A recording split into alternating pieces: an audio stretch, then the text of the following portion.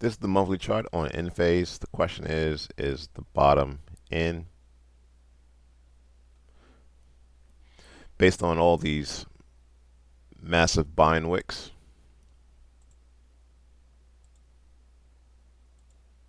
or is there more downside risk? We're going to talk about the technicals, but we're also going to talk about the fundamentals. This article is coming from the Motley Fool. Enphase Energy stocks just reminded investors of this timeless lesson. So stock hit a 2-year low on August 7th, and it's now down over 58% from its 52-week high. The microinverter solar energy technology company was a Wall Street darling, but slowing growth and an overall sluggish period for the solar energy industry has cast a dark cloud over Enphase stock. 5 years ago, Enphase was unprofitable, generating less than $100 million in quarterly revenue. It featured a gross margin of roughly 30%. However, second quarter of this year, Enphase generated over $710 million in revenue, more than an 800% increase compared to 5 years ago. Doubling revenue in a 5-year period would be impressive, but turning an unprofitable business profitable to a point where today's net income is double sales from 5 years ago is nothing short of a blistering growth. To top it off, Enphase has a gross margin of 46%. This is unbelievable. Unbelievable impressive for a company that mostly sells physical products like microinverters, solar AC batteries, internet gateways, and monitoring hardware and software controllers, and EV chargers. For comparison, Apple's gross margins are roughly 45% for its most recent quarter. Q3 2022 was arguably the best quarter in Enphase history. And the report came right after the landmark Inflation Reduction Act was passed in August of 2022. The IRA provides sizable tax credits for renewable energy projects, power producers, and domestic manufacturing for products related to renewable energy. Enphase stock was riding high, but to support the sky-high valuation, the company would have to post quarter after quarter of blowout results.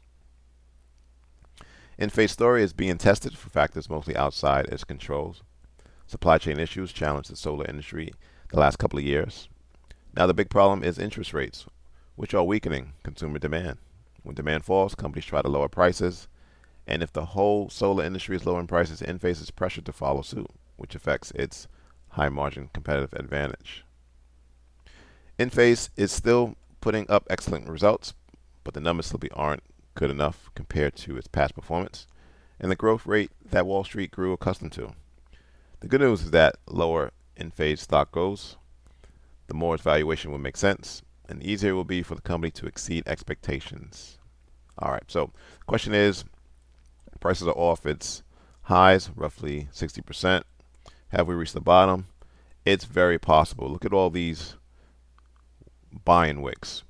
So you got buyers defending the 120 level. However, to get back to the top is going to be difficult. You do have some selling pressure at various levels. Let's go down to the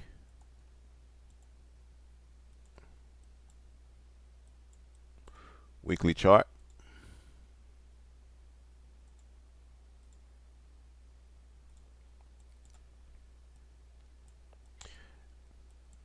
And we can see the trend on the weekly chart is down.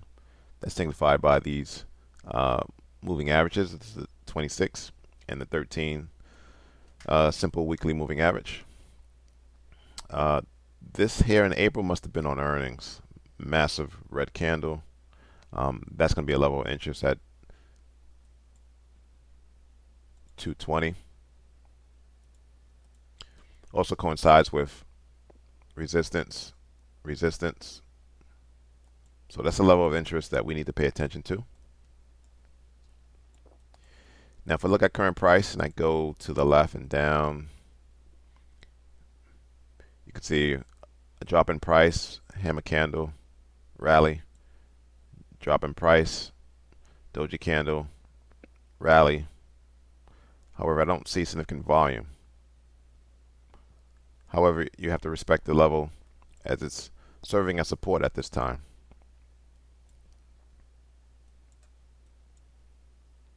Looking below this band here, don't really see any levels of interest. So now let's go down to the daily chart.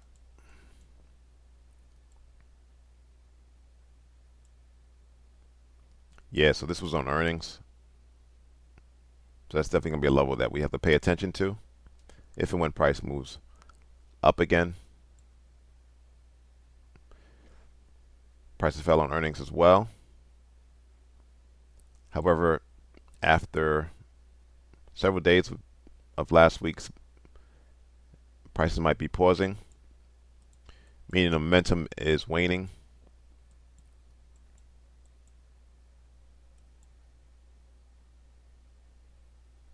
Yeah, low volume. Low volume.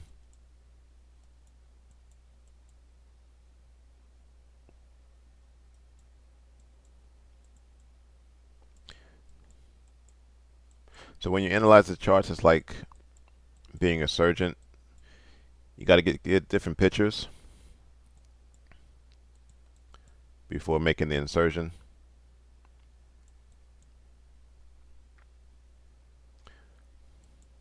All right, so here's what I'm looking for. I am looking for the 120 level to hold.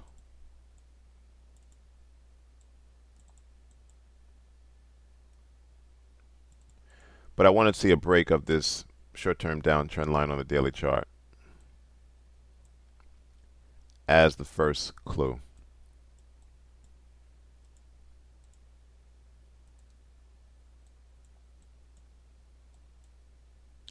You get a break above and a close. That'll be the first sign that potentially price is going to turn around. Looking for a first target at 180. Right, you got support, resistance. Second target at 220. But I would love for price to continue to move down a little bit more to the 120 level. That would be $18 lower before potentially going long. Thanks for watching. Subscribe. Please like the video.